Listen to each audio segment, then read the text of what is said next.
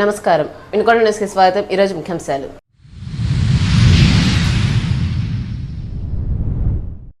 బొల్లాపల్లిలో mega వైద్య శిబిరం ఏర్పాటు. ప్రజలు ఆరోగ్యం పట్ల అవగాహన కలిగి ఉండాలని సూచన.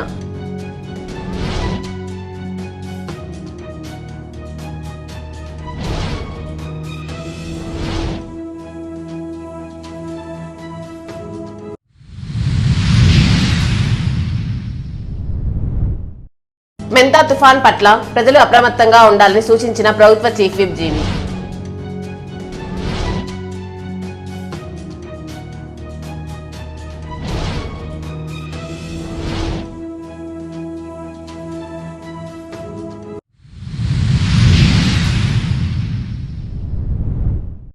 World heart day, brain stroke day సందర్భంగా బొల్లాపల్లి మండల కేంద్రంలో ఆదివారం శివశక్తి లీలా అంజన్ ఫౌండేషన్ వారి సౌజన్యంతో ఆస్టర్ రమేష్ హాస్పిటల్స్ వారి ఆధ్వర్యంలో మెగా వైద్య శిబిరాన్ని ఏర్పాటు చేశారు.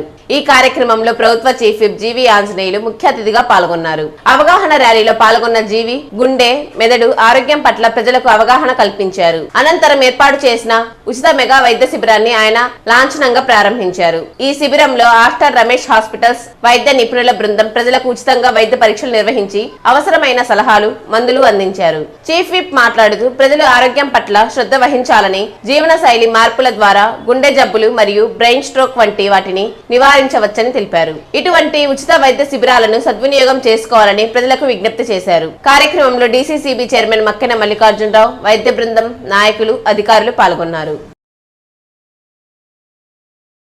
పెద్ద మెగా హెల్త్ క్యాంపు మన బొల్లాపల్లి మండలంలో పెట్టడం, మరి ఈ కార్యక్రమానికి వచ్చినటువంటి సేవలు అందించడానికి చాలా మంది డాక్టర్లు వచ్చారు. వారందరికీ పేరు పేరున హృదయపూర్వక అభినందనలు. చాలా దూర ప్రాంతమైనటువంటి మరి బొల్లాపల్లి మండలంలో ఇక్కడ ఎస్సీ ఎస్టీలు పేదవాళ్ళు ఎక్కువగా ఉండేటువంటి మండలం. ఇలాంటి మండలంలో మన ఆస్టర్ రమేష్ హాస్పిటల్ నుండి పెద్ద పెద్ద డాక్టర్లు, స్పెషలిస్టులు అందరూ కూడా ఇక్కడికి వచ్చినందుకు ఆస్టర్ హాస్పిటల్ డాక్టర్స్ కి, యాజమాన్యానికి ఒకసారి గట్టిగా చప్పట్లు కొట్టి వారందరికీ అభినందనలు తెలియజేయాలని నేను కోరుతున్నా. చాలా రకాలైనటువంటి స్పెషలిస్టులు వచ్చారు. ఆర్థోపెడిక్ ఎముకల డాక్టర్లు ఇక్కడికి రావడం జరిగింది. అలాగే గైనకాలజిస్టు, మన గర్భిణీ స్త్రీలు ఇలాంటి వాళ్ళకి టెస్టులు చేయడానికి ఒక స్పెషలిస్ట్ డాక్టర్ గారు వచ్చారు. అలాగే చిన్నపిల్లల doctor, children specialist, general medicine చూసేటువంటి డాక్టర్లు అందరూ కూడా ఇక్కడికి రావడం చాలా విశేషం. ముఖ్యంగా ఇలాంటి వైద్య సేవల్ని ఉపయోగించుకోవాల్సినటువంటి అవసరం ఉంది. మన ప్రాంతాల్లో, పల్లెటూరులో అంటే నేను ఆరోగ్యంగా ఉన్నా, హుషారుగా ఉన్నా, నాకు బీపీ లేదు, షుగర్ లేదు, ఏ జబ్బు లేదు అని 50 ఏళ్ళు వచ్చినా 60 ఏళ్ళు వచ్చినా పరీక్షలు మాత్రం చేయించుకోరు కొంతమంది. నేను బాగున్నా కదా, నాకు పరీక్షలు ఎందుకని అనుకుంటారు. ఇది ఒక మూఢనమ్మకం. ఉదాహరణకి నేను హైదరాబాద్లో సరోజినీదేవి హాస్పిటల్కి వెళ్ళా. నాకు అసలు కంటి చూపు అంటే తక్కువ ఉందని నేను ఎప్పుడు ఊహించలా. వెళ్ళి అక్కడ మిషన్ ఉంది. ఇదేంటి ఈ మిషన్ అంటే సైట్ ఉందా లేదా, ఎంత ఉంది అనేది చెప్తుంది ఈ మిషన్ అని చెప్పారు. అంటే నాకు లేదని చెప్పి అయినా ఒకసారి టెస్ట్ చేద్దామని చెప్పి చేస్తే ఫస్ట్ టైం 0.25 ఉంది సైట్. అంటే చాలా తక్కువే, కానీ అప్పటిదాకా అది ఉందనేది తెలియదు. టెస్ట్ చేసిన తర్వాతనే తెలిసింది.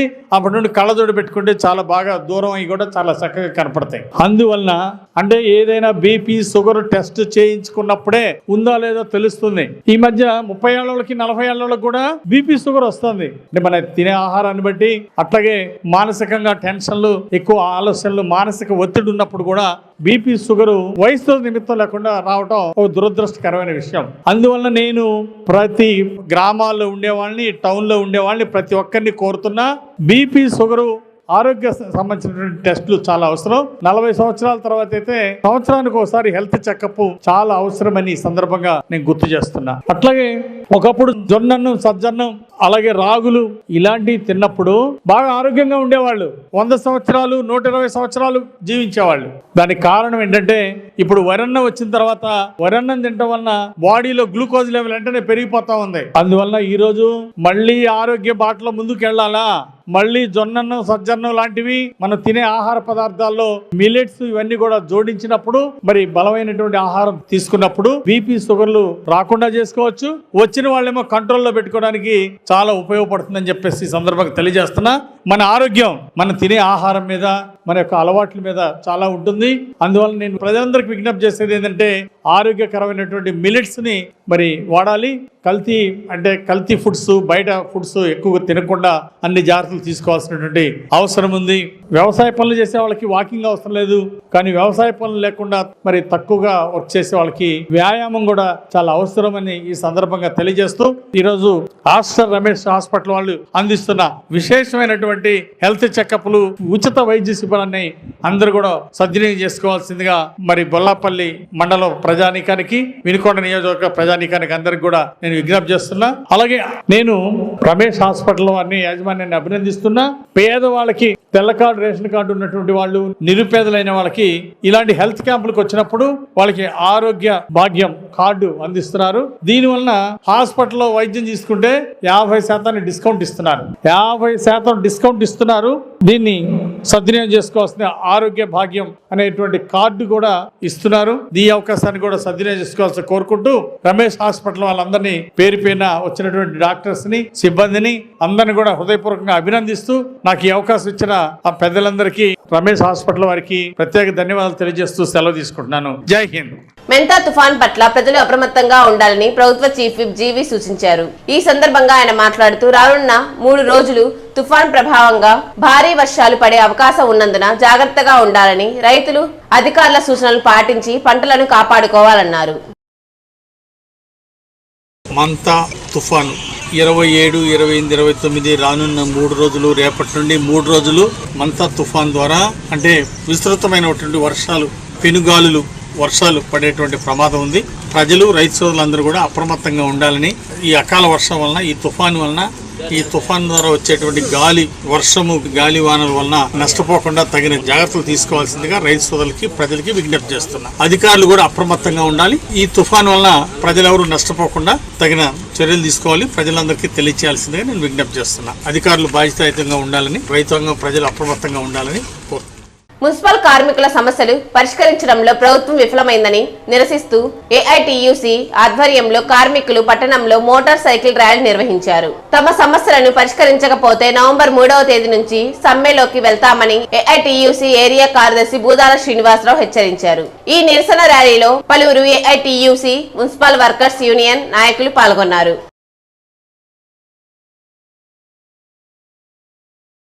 బొల్లాపల్లి మండల కేంద్రంలో అక్రమ కల్తీ మద్యం వినియోగాన్ని అరికట్టేందుకు ప్రజా భాగస్వామ్యాన్ని పెంచే లక్ష్యంతో ఏపీ ఎక్సైజ్ సురక్ష మొబైల్ యాప్ పై నిర్వహించిన అవగాహన కార్యక్రమంలో ప్రభుత్వ చీఫ్ విప్ జీవి ఆంజనేయులు పాల్గొన్నారు. బొల్లాపల్లి గ్రామంలో వైన్ షాప్ వద్ద ఈ కార్యక్రమం జరిగింది. చీఫ్ విప్ జీవి మాట్లాడుతూ ప్రతి మద్యం సీసాపై ఉండే క్యూఆర్ కోడ్ ను వినియోగదారులు తప్పనిసరిగా ఏపీ ఎక్సైజ్ సురక్ష యాప్ లో స్కాన్ చేసి మద్యం నాణ్యతను తనిఖీ చేసుకోవాలని కోరారు. తద్వారా కల్తీ మద్యాన్ని గుర్తించడం, అక్రమ మద్యం అమ్మకాలను అరికట్టడం సాధ్యమవుతుందని తెలిపారు. కల్తీ మద్యం గురించి వినిపిస్తే కఠిన చర్యలు ఉంటాయని ఆయన హెచ్చరించారు. ఈ కార్యక్రమంలో డీసీసీబీ చైర్మన్ మక్కెడ మల్లికార్జునరావు, కూటమి నాయకులు, అధికారులు తదితరులు పాల్గొన్నారు.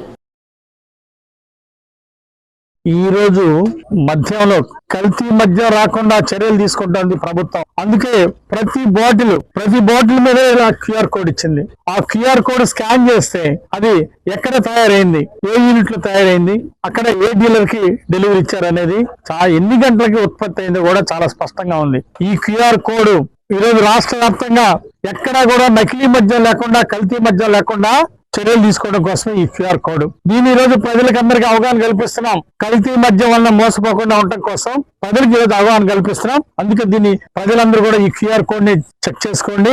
దాని ద్వారా ఎక్కడ నకిలీ మద్యం కనపడ్డా వెంటనే ఎక్సైజ్ అధికారుల దృష్టి తీసుకురండి, లేదా మా దృష్టికి తీసుకురండి. దాని మీద కఠినంగా చర్యలు తీసుకుంటాం. కల్తీ మద్యం మీద ఎన్డీఏ ప్రభుత్వం ఉక్కుపాదం పెడతాం. ఈరోజు చంద్రబాబు గారి నాయకత్వంలో ఎక్కడ కల్తీ మద్యం కనపడ్డా దాని మీద వెంటనే ర్యాపిడ్ యాక్షన్, సీరియస్ గా యాక్షన్ తీసుకుంటున్నాం. కారణం ఒకటే, ఈరోజు కల్తీ మద్యం వలన ఒక్క ప్రాణం కూడా బలి కాకూడదు అనేది ఈరోజు ప్రభుత్వ లక్ష్యం. వైసీపీ పాలనలో జగన్ రెడ్డి కల్తీ మద్యం వలన 35 లక్షల మంది అనారోగ్యం పాలయ్యారని, 32,000 మంది చనిపోయారని ప్రభుత్వ చీఫ్ విప్ వినుకొండ ఎమ్మెల్యే జీవి ఆంజనేయులు మండిపడ్డారు. అదే విధంగా పలు అంశాలను వెల్లడించారు. గతంలో వైసీపీ ప్రభుత్వం 5 ఏళ్ల పాలన 2019లో మల్నాది విష్ణు బార్ అండ్ రెస్టారెంట్ లో కల్తీ మద్యం దాగి 6 ప్రాణాలు కోల్పోతే ఆ రోజు వైసీపీ ప్రభుత్వం ఏమైనా చర్యలు తీసుకుందా? చర్యలు లేదు, ఎంక్వైరీ లేదు, పోస్ట్ మార్టం లేదు. అట్లాగే జంగారెడ్డిగూడెంలో కల్తీ మద్యం దాగి 27 మంది ప్రాణాలు బలైపోయారు వైసీపీ పాలనలో. అసెంబ్లీ సాక్షిగా జగన్ ఏం మాట్లాడాడండి? సిగ్గు లేకుండా సహజ మరణాలు అన్నాడు. కనీసం పోస్ట్ మార్టం చేయించలేదు. కనీసం ఆ కల్తీ మద్యం ఎక్కడి నుండి వచ్చిందో ఎంక్వైరీ చేయలేదు. ఎందుకంటే ఆ ఎంక్వైరీ చేస్తే అవి మళ్ళీ తాడేపల్లి బంగ్లా వైపు తిరుగుతాయని. ఏ మద్యం ఎంక్వైరీ జరిగినా అది తాడేపల్లి ప్యాలెస్ చుట్టూ తిరిగిద్దని ఒక భయంతో ఆ రోజు ఎంక్వైరీ చేయగా 27 మంది ప్రాణాలు కోల్పోతే, అందరూ సహజ లక్షణాలతో అందరూ ఒకే కల్తీ మద్యం దాగి చనిపోతే దాని మీద ఒక ఎంక్వైరీ లేని దురదృష్టకరం పరిస్థితి ఆ రోజు చూసాం. ఎందుకు వేయలేదండి ఎంక్వైరీ? జగన్మోహన్ రెడ్డి ఎందుకు వేయలేదు ఎంక్వైరీ? ఆ రోజు 27 మంది ప్రాణాలు కోల్పోతే ఒకే ఒక ఇన్సిడెంట్ లో జంగారెడ్డిగూడెంలో దాని మీద ఎందుకు ఎంక్వైరీ చేయాలా? ఎందుకు చర్యలు తీసుకోలేదు? ఈ రోజు మద్యం గురించి మాట్లాడే హక్కు జగన్మోహన్ రెడ్డికి ఎక్కడుందని అడుగుతున్నా. 3,500 కోట్లు మద్యం కుంభకోణం జరిగితే అది ఈ రోజు తాడేపల్లి ప్యాలెస్ చుట్టూ తిరుగుతా ఉంది. ఈ కుంభకోణం వెనకాల ఎవరున్నారో తొందరలోనే నిగ్గు తేలబోతా ఉంది. ఎవరైతే దొరికారో వాళ్ళందరితో వినపడే పేరు ఏంటంటే జగన్మోహన్ రెడ్డి. ఎవరైతే దొంగ మద్యంలో దొరికారో, కల్తీ మద్యంలో దొరికారో వాళ్ళందరూ వెనకాల ఉంది దుష్టశక్తి ఎవరంటే జగన్మోహన్ రెడ్డి.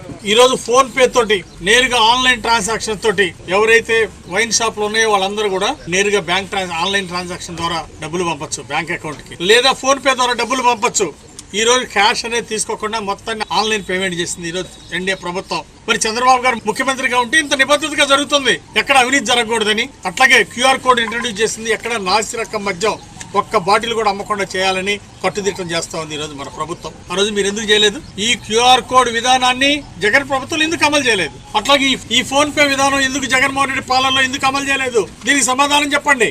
ఈ ఫోన్ పే ఎందుకు అమలు చేయలేదంటే 1000 కోట్లు దోచుకోవడం కోసం. అంతా క్యాష్ ఇస్తే బస్తాలు బస్తాలు గోతాలు ఈ రోజు తరలించేశారు. అవినీతి సంపాదన. మీ అవినీతి సంపాదనకి కల్తీ మద్యాన్ని నమ్మి, నాసి రకం మద్యాన్ని నమ్మి రాష్ట్రంలో 35 లక్షల మంది హాస్పిటల్ పాలయ్యారు. ఈ పాపం ఎవరిది? మీ కల్తీ మద్యం దాగి, నాసి రకం మద్యం దాగి 32,000 మంది ప్రాణాలు బలైపోయారు. ఈ రోజు 32,000 ప్రాణాలు పోయినాయి అంటే 35 లక్షల మంది హాస్పిటల్ పాలై లక్షలు ఖర్చు పెట్టుకొని అన్యాయం అయిపోయారంటే దానికి కారణం ఎవరు? జగన్మోహన్ రెడ్డి ప్రభుత్వం కాదా? జే బ్రాండ్ల వల్ల సర్వనాశనం చేశారు. రాష్ట్రంలో ప్రజల ఆరోగ్యాన్ని దెబ్బతీశారు. ఏంటి? అవినీతి సంపాదన కోసం ప్రజల ప్రాణాలు బలిదీస్తారా? మీ అవినీతి సంపాదన కోసం ప్రజల ఆరోగ్యాలను దెబ్బతీస్తారా? ఎంత దారుణం! జే బ్రాండ్ల పేరుతో ఈ రోజు మంచి బ్రాండ్లు ఏవి రాష్ట్రంలో లేకుండా చేసింది. ఎందుకు? కారణం ఏంటి? మొత్తం జే బ్రాండ్లు అమ్మాలని, మొత్తం లూటీ చేయడం కోసమే ఈ రోజు రాష్ట్రంలో 5 ఏళ్లు మంచి బ్రాండ్ లేకుండా అమ్మకుండా చేశారు. మంచినీళ్ళ కంపెనీల brand, national brand, international brand ఏవి కూడా ఈ రాష్ట్రంలో అమ్మకుండా చేసింది జగన్ ప్రభుత్వం. కారణం ఏంటి? అంతా దోచుకోవడం కోసమే. జే బ్రాండ్ల ద్వారా 1000 కోట్లు చేసుకోవడంతో పాటు ప్రజల ప్రాణాలను బలిగొనడం చాలా బాధాకరం, దురదృష్టకరం. ఈ పాపం వెంటాడిద్ది. 1000 ప్రాణాలు బలిగొన్నటువంటి జగన్మోహన్ రెడ్డి ప్రభుత్వం, జగన్మోహన్ రెడ్డి దోపిడీ కోసం, మీ దోపిడీ యజ్ఞం కోసం ప్రజల ప్రాణాలు బలి చేస్తారా? 32,000 ప్రాణాలని బలి చేయటం ఎంత బాధాకరం. మానవత్వం ఉన్న వాళ్ళు ఎవరైనా ఈ విధంగా చేస్తారా? మానవత్వం లేని జగన్మోహన్ రెడ్డిని చూశారు ప్రజలు. అందుకే ఈ రోజు 151 సీట్ నుండి ఈ రోజు 11 సీట్లకు ఇచ్చారంటే ప్రజలు కారణం ఒక్క అవకాశం ఇస్తే మానవత్వం లేకుండా అతి కిరాతకంగా 35 లక్షల మందిని హాస్పిటల్ పాలు చేశారు. అతి కిరాతకంగా 32,000 మంది ప్రాణాలని నాసి రకం మద్యంతో ప్రాణాలు బలిదీశారు. అందుకే ఈ రోజు ప్రజా కోర్టులో జగన్మోహన్ రెడ్డి ప్రభుత్వానికి శిక్ష పడింది. ఇప్పుడు 35,000 కోట్లు లూటీ చేసినందుకు ఖచ్చితంగా జగన్మోహన్ రెడ్డి మూల్యం చెల్లించాల్సిందే. రానున్న కాలంలో తప్పనిసరిగా శిక్ష తప్పదు. దోపిడీ చేయని సొమ్మంతా కూడా రికవరీ కూడా తప్పదని ఈ సందర్భంగా తెలియజేస్తా ఉన్నాం. కల్తీ మద్యం దొరికితే దాని మీద ఈ రోజు ప్రభుత్వం కఠిన చర్యలు తీసుకున్నాం. దాని వెనకాల జనార్దన్ ఉన్నా, దాని వెనకాల జోగి రమేష్ ఉన్నా, ఎవరున్నా కఠిన చర్యలు తీసుకుంటాం. అది ఈ రోజు చంద్రబాబు గారి ప్రభుత్వం విధి విధానాలు. మరి ఆ రోజు ఎందుకు చర్యలు తీసుకోలేకపోయారు? జంగారెడ్డిగూడెంలో జరిగిన, Vijayawada Malladi Vishnu bar and restaurant లో జరిగినా మీరు ఒక చర్య తీసుకోలేదు. మీ ప్రభుత్వం మీకు సిగ్గుసేటు. ఈ రోజు మీరు మాట్లాడే హక్కు ఎక్కడుంది?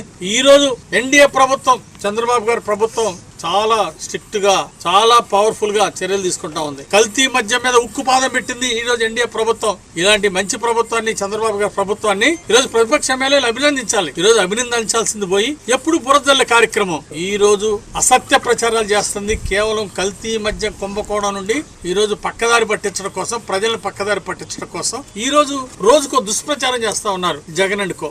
ఈ అసత్య ప్రచారాలు, దుష్ప్రచారాలు ఎన్ని చేసినా మీరు చేసినటువంటి నాసి రకం మద్యం వ్యాపారాన్ని, మీరు ప్రాణాలు బలికొన్న దాన్ని, మీరు 32,000 మంది ప్రాణాలు బలికొన్న మిమ్మల్ని ప్రజలు ఎప్పటికీ క్షమించరని ఈ సందర్భంగా నేను తెలియజేస్తున్నా. జగన్మోహన్ రెడ్డికి అంతర్జాతీయ స్థాయిలో పే ఫోన్లు కూడా లేకుండా దోపిడీ చేసినటువంటి గుర్తింపు వచ్చింది. 1000 కోట్లు నాసిరకం మద్యం సరఫరా చేసి రాష్ట్ర మొత్తాన్ని సొంత డిస్టిలరీస్ పెట్టుకుని బినామీ పేర్లతోటి డిస్టిలరీస్ నడిపి 1000 కోట్లు దోచుకొని ఈరోజు అంతర్జాతీయ స్థాయిలో ఒక మాఫియా డాన్ గా ఈరోజు పేరు తెచ్చుకున్నాడు జగన్మోహన్ రెడ్డి. ఏ మాఫియా డాన్లైనా ఎన్డీఏ ప్రభుత్వం వదిలిపెట్టదు. దోచుకున్న వాళ్ళని వదిలిపెట్టే సమస్య లేదు.